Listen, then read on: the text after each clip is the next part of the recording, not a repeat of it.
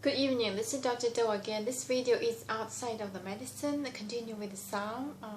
Today I'm going to read Psalm number 2. Why do the nations conspire and the peoples plot in vain? The kings of the earth take their stand, and the rulers gather together against the Lord and against his anointed one. Let us break their chains, they say, and throw off their fetters. The one enthroned in heaven laughs, the Lord scoffs at them. And then he rebukes them in his anger, and terrifies them in his wrath, saying, I have installed my king on Zion, my holy hill. I will proclaim the decree of the Lord. He said to me, You are my son, today I have become your father.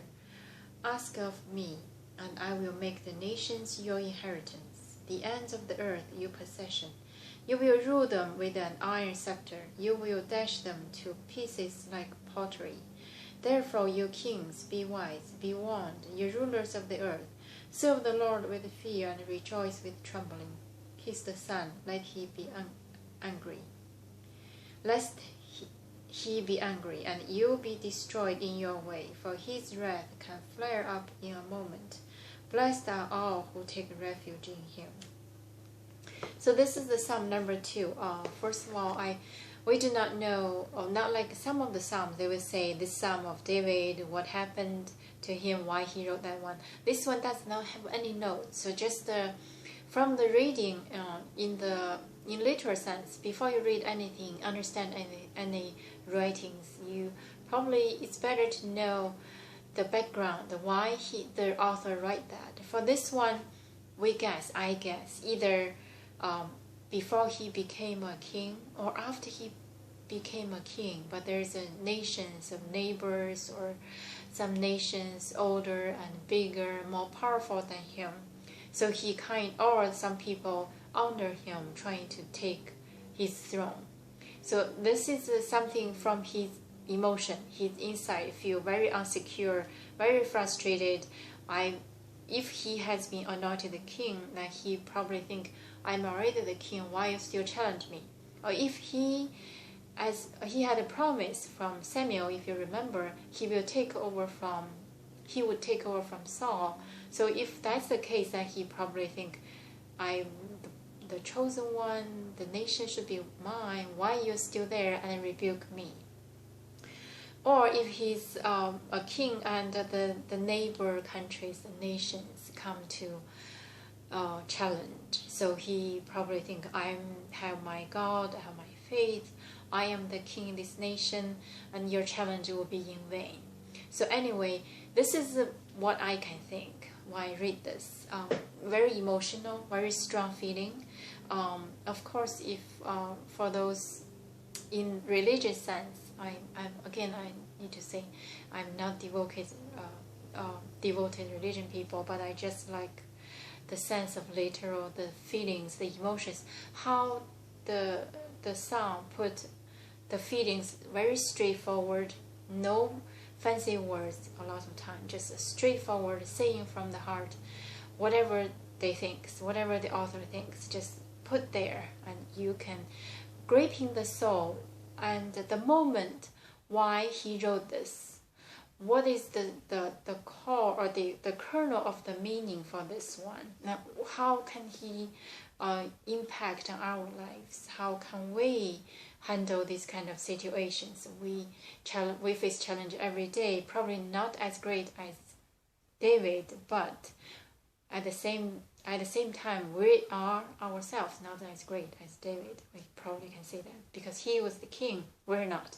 But anyway, I'll just break down sentence by sentence. Why do the nations conspire and the people plot in vain? The kings of the earth take their stand, and the rulers gather together against the Lord, against his anointed one. So this anointed one, I think, refers to himself, right? And then the nations and plot the scheme, conspire, and in vain. That's what he believes, because I'm the not anointed one. Why you do this? Just in vain. You waste your time. Forget about it. There's a sense like this. And let us break their chains, they say, and throw off their feathers. And these are the people who challenge him. The one enthroned in heaven laughs. The one enthroned in heavens laughed. The Lord scoffed at them. So in the sense, he represents the one in the heaven, represents the Lord, or he thinks, he believes the Lord is with him. Okay, and he rebukes them in his anger, terrifies them in his wrath, saying, I have installed my king on Zion, my holy hill. So this is mine, installed, the king and the hill. Again, it's the strong will. Forget about it. This is already, it's done. I am the king, or this is the king I have chosen, and on the mountain Zion and the hills, it's on the territory. If you imagine the Lion King, a big roar, this is my territory, everybody should bow down to me, a little sense like that. And I will proclaim the decree of the Lord. He said to me, you are my son, today I've become your father. I think there's another, can exchange as I will take you. Like it's not like, today I've become your father. In another word, it's like, you'll be mine. So you're on the claim of mine.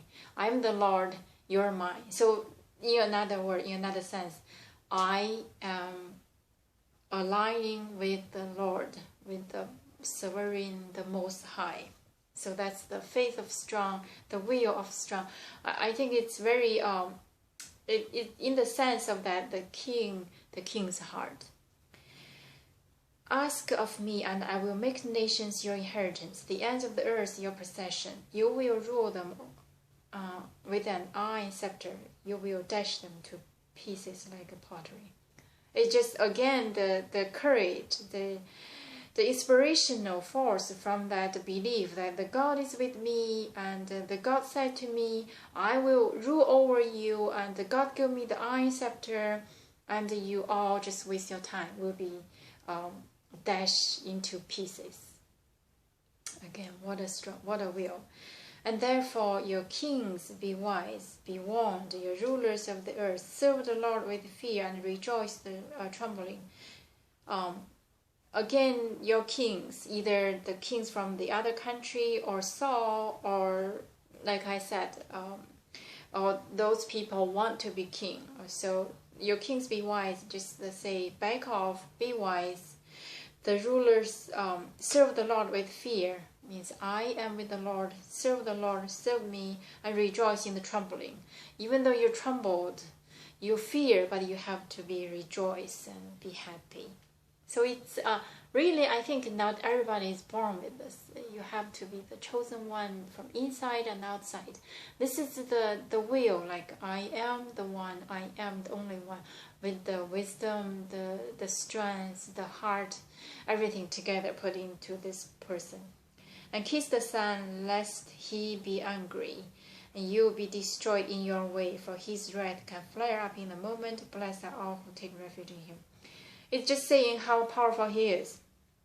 If we refer to kiss the Son, lest he will be angry. If you don't kiss the Son, he might be angry. If that's the case, and then you'll be destroyed, and his wrath will be flare up in a moment. And blessed are all who take refuge in him.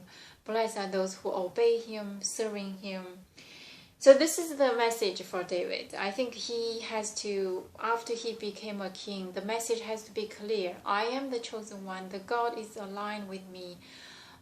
You have to deal with whatever you're happy or not. Regardless you're happy or not, you have to deal with it. Trembling with joy. Imagine that even though you're trembling, you fear, you have to serve, but you need to be joyful. So this, in the later sense, I think this is very straightforward, very no fancy words, very sounds plain. Every word you read it is very plain, no decorations, just straightforward. I'm here to declare I am the king, whoever, regardless of who you are, what is your thinking, but the Lord is with me. I am the one who's going to win. So this is my understanding for Psalm 2.